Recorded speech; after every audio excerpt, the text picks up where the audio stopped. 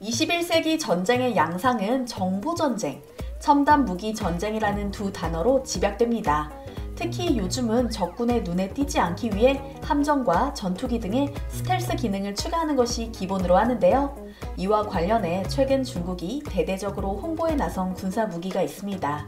신기술을 적용했다며 기세 등등하게 홍보한 중국의 무기는 바로 후베이급 미사일 고속정.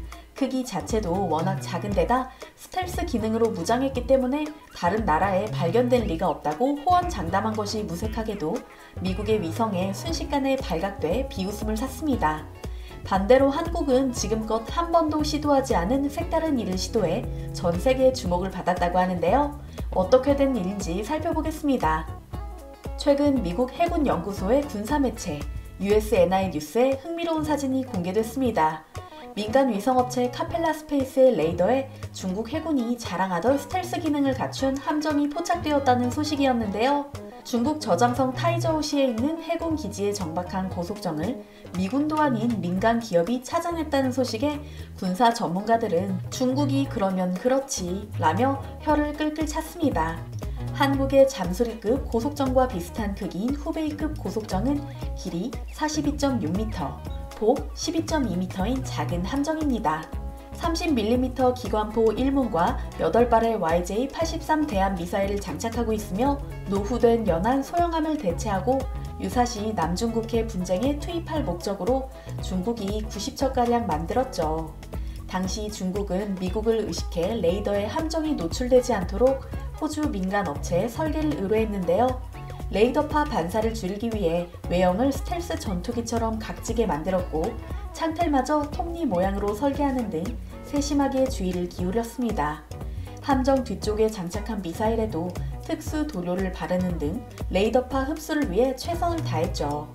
개발을 완료한 당시 중국 정부는 이 함정은 강력한 화력을 갖췄을 뿐만 아니라 스텔스 기능이 우수해 그림자 없는 칼로 불린다며 자화자찬을 아끼지 않았는데요.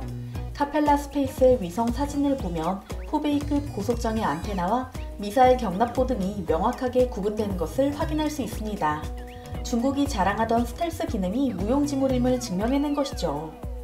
이처럼 중국이 미국에 탈탈 털리는 동안 한국 해군은 스텔스 기능이 적용된 4,400톤급 구축함을 활용해 훈련을 진행하는 등 묵묵히 제 할 일을 하고 있습니다.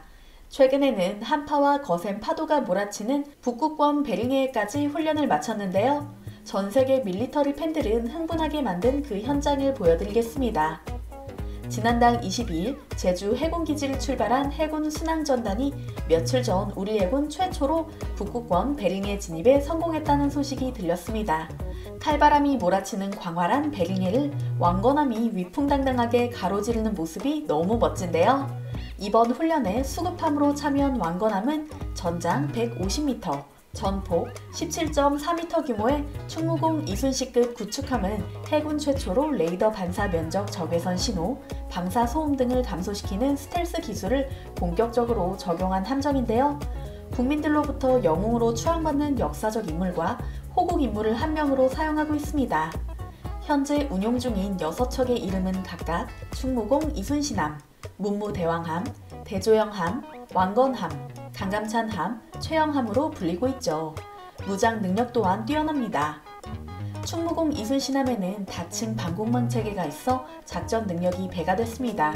적 미사일이 접근하면 사거리 180km의 SM-2 대공 미사일이 먼저 요격에 나서는데요.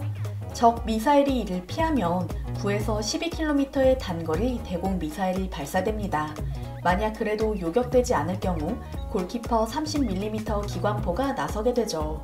광개토 대왕급 구축함이 시스페로 대공 미사일을 탑재해 자체적인 대공 방어 능력만을 확보한 데 비해 충무공 이순신급 구축함은 호송 전단 및 전투 전대에 대한 대공 엄호가 가능해 구역 방어까지 실현했습니다. 또한 헬기 2대가 탑재 가능하며 시속 53km까지 낼 수 있고요. 충무공 이순신급 구축함을 잘 살펴보면 광개토 대왕급과는 외양부터 확연하게 차이가 나는 것을 발견할 수 있습니다. 레이더 반사율을 낮추기 위해 선체를 단순화하고 10도 정도의 경사각을 만드는 등 스텔스 기술 적용에 최적화했기 때문인데요. 마스트는 강도가 강한 트러스식 대신 콤팩트한 빔 형태를 도입했고 한 포에는 스텔스 덮개를, 주요 구조물에는 전파 흡수제를 사용했습니다. 그 덕분에 기존의 구축함과 비교해 레이더 반사 면적을 80에서 90%나 감소시킬 수 있었죠. 쉽게 설명하자면 이 거대한 구축함이 초기함과 비슷하거나 더 작은 표적으로 표착되는 정도라고 하는데요. 적외선 신호 감쇄 장치를 설치해 배출되는 적외선마저 최소화하는 데 성공했다고 합니다. 이는 엔진에 물을 분사해 열을 강제로 낮추고 배기가스의 외부 공기를 혼합 배출해 적외선 방출량을 최대한 억제하는 시스템입니다. 또한 추진기의 진동을 낮추기 위해 국내 최초로 탄성 마운트를 설치했는데요. 이렇게 우수한 능력을 갖춘 충무공 이순신급 구축함의 작전 수행 능력은 해외에서 더욱 유명합니다. 국제 해상 안전과 테러 대응을 위해 연합해군사령부와 유럽연합의 해양안보작전에도 적극적으로 동참한 것은 물론이고 수많은 공적을 세웠기 때문이죠. 많은 분이 기억하고 계실 2011년 아덴만 여명작전을 성공적으로 수행한 것도 바로 충무공 이순신급 구축함인 최영함과 짝을 이룬 청해부대였습니다. 아시아와 유럽, 중동, 아프리카를 연결하는 주요 해상 통로인 아덴만은 한 해에만 무려 3만 척이 넘는 선박이 지나갑니다. 전 세계의 원유 30%가 이곳을 통해 운반되고 있다 하는데요. 이 때문에 서아프리카 인근의 해적 사고는 매년 늘고 있습니다. 이곳을 지나가는 한국 선박을 지키는 역할을 하는 것이 바로 청해부대입니다.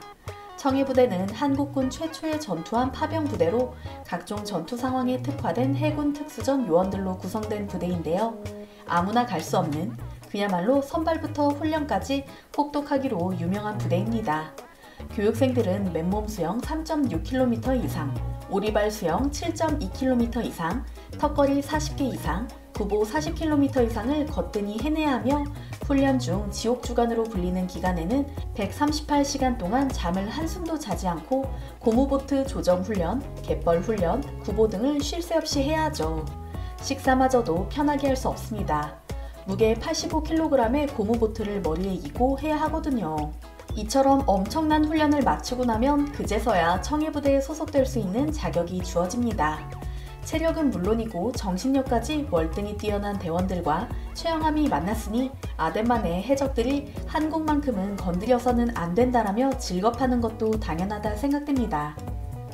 충무공 이순신급 구축함 중 두 번째인 문무대왕함은 진수된 이후 약 16년간 우리 바다를 지키며 항해를 이어가고 있습니다. 국내를 위주로 활동하는 문무대왕함 또한 해외에서 펼친 활약이 대단합니다. 2015년 리비아에서 우리 교민들의 철수를 지원했으며 2018년 가나 해상에서 피랍된 국민 호송에도 성공했었죠. 또 다른 함정인 강감찬함은 제미니호 피랍 선원 구출 작전을 완수한 업적을 갖고 있습니다. 2009년부터 지금까지 충무공 이순신급 구축함의 활약은 총 22,000여 척의 선박에 대한 보호작전 수행, 해적 퇴치 20일에, 선박 구조 30일에 달하는데요. 지금 이 순간에도 충무공 이순신급 구축함들은 대한민국 해군을 대표하는 핵심 전력 중 하나로 우리 영해를 지키고 있을 뿐만 아니라 해외에서 운항하는 한국 선박을 보호하는 등 국제사회에서 대한민국의 위상을 드높이고 있습니다.